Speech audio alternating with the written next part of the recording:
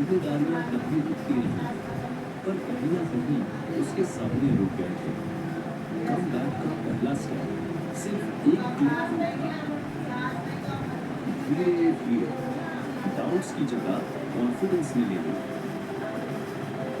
अब उसकी आवाज मीटिंग रूम में भी सुनाई देती है। बेनेट ऑनलाइन करियर का सेकंड इनिंग्स।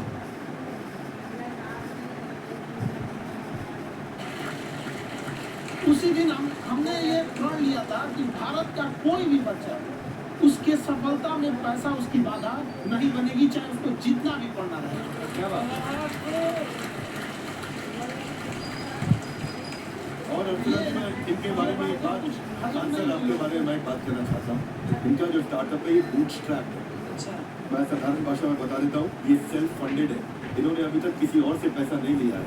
ये इन्वेस्टर के पैसे से नहीं, इन्होंने खुद इसको बिल्ड किया है। और बल्कि इतना स्ट्रॉन्ग स्टार्टअप है ये कि मैं कहूँगा कि अगर इन्वेस्टर्स को इन्वेस्ट करना तो मैं इंडोर्स करता हूँ ऐसे स्टार्टअप्स को। यही सब चीजों को देखते हुए कई लोगों ने धमकी भी दिया था वहाँ पर, और उसके बाद बम चला दिया और 7-8 बम चला और कुछ ब्लास्ट हुआ। एक बेचारा नया नया लड़का आया था एडमिशन लेने के लिए, उसकी स्कूटी में रखो पढ़ने आए थे हमारी स्कूटी, हमारी ऑफिस उड़ा दिया था। एक तो पास में आके गिरा और नहीं फटा हुआ।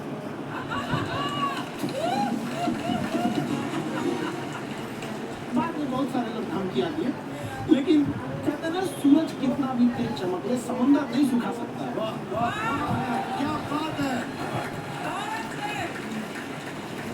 मैंने एक्चुअली ये फीस कम करने का एक और रीजन है। 2.5 लाख 3 लाख की जो फीस में सब लोग पढ़ाई अफोर्ड नहीं कर पाते, इसलिए वो कुछ ही लोग अफोर्ड कर पाते हैं। उनका मेंटल लेवल तो बहुत ऊपर चला जाता है, लेकिन एक पूरे देश का मेंटल लेवल थोड़ा सा स्टेबल नहीं हो पाता।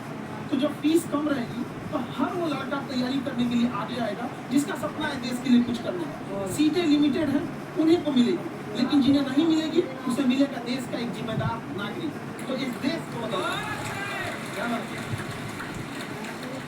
हम लोग विश्व गुरु कहे जाते हैं। क्यों? क्योंकि दुनिया से लोग हमारे यहाँ पढ़ने आते हैं। चाइना से वैनसांग आया, फायान आया, आज कोई नहीं आता है। हम लोग का उद्देश्य एक समय आएगा जो फिर आएंगे यहाँ पढ़ने के लिए। क्या बात है?